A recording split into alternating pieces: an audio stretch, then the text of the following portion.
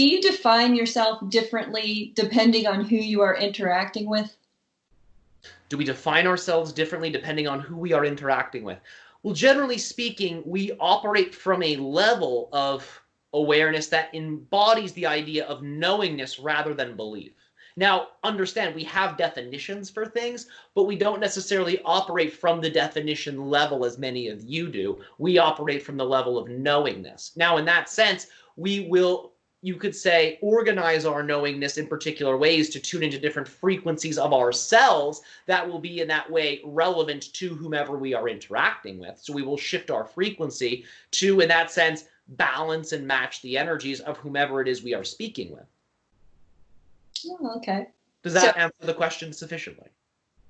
yeah, and compared to humans, we would more define ourselves differently depending on who we're interacting with. Yes, and oftentimes this is not in many ways in the highest of service to you in the ways that many of you do it.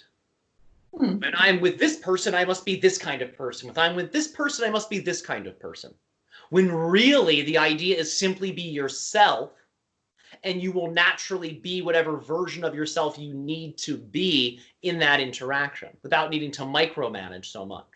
And that's what you do, right? Yes, yes. There are certain archetypal patterns of organization we will utilize, and there are, you could say, certain definitions we have attributed in some ways to those archetypal patterns in terms of what they represent to us individually, but still that's something that in many ways is automatic. We tune into that energy as needed. It's not in many ways micromanaged.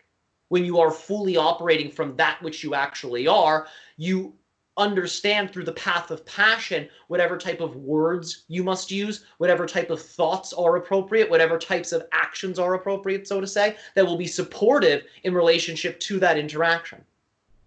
It's a complete kit when you operate from passion. So the micromanaging, the necessitating of different definitions for different people becomes less and less and less relevant. For when you understand, generally speaking, that all individuals are ultimately reflections of yourself, then understand you can just be yourself and you'll be whatever version of yourself is most aligned with the highest, you could say, flow or frequency of that respective interaction.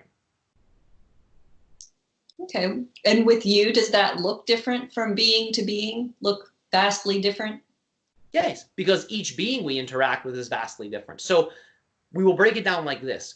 We are always operating from the frequency of our true nature. How that manifests will vary from person to person to person to person to person, because the way in which we express our excitement in each of those interactions will be different from person to person to person to person to person. We're always consistently across the board seeing the other person as a reflection of ourselves, and we are always operating from the idea of our passion, but that will always manifest differently from one interaction to the next because each interaction is unique and different. Mm-hmm. Does that make sense for you? Yes, but is there a common thread, like a Sassani or an individual thread for who you are in each interaction? Well, we understand the idea of our own individuated consciousness, but we also understand that we are fundamentally the same. And in that awareness of our sameness, we are able, in that sense, to observe its polar opposite, our uniqueness, in a way that is equal and balanced.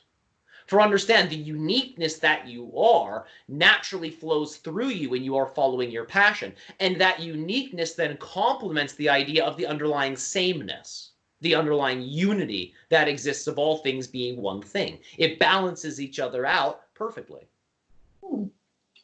Does that make sense for you? Kind of, yeah. All right. Is there any way we could clear it up a little bit more?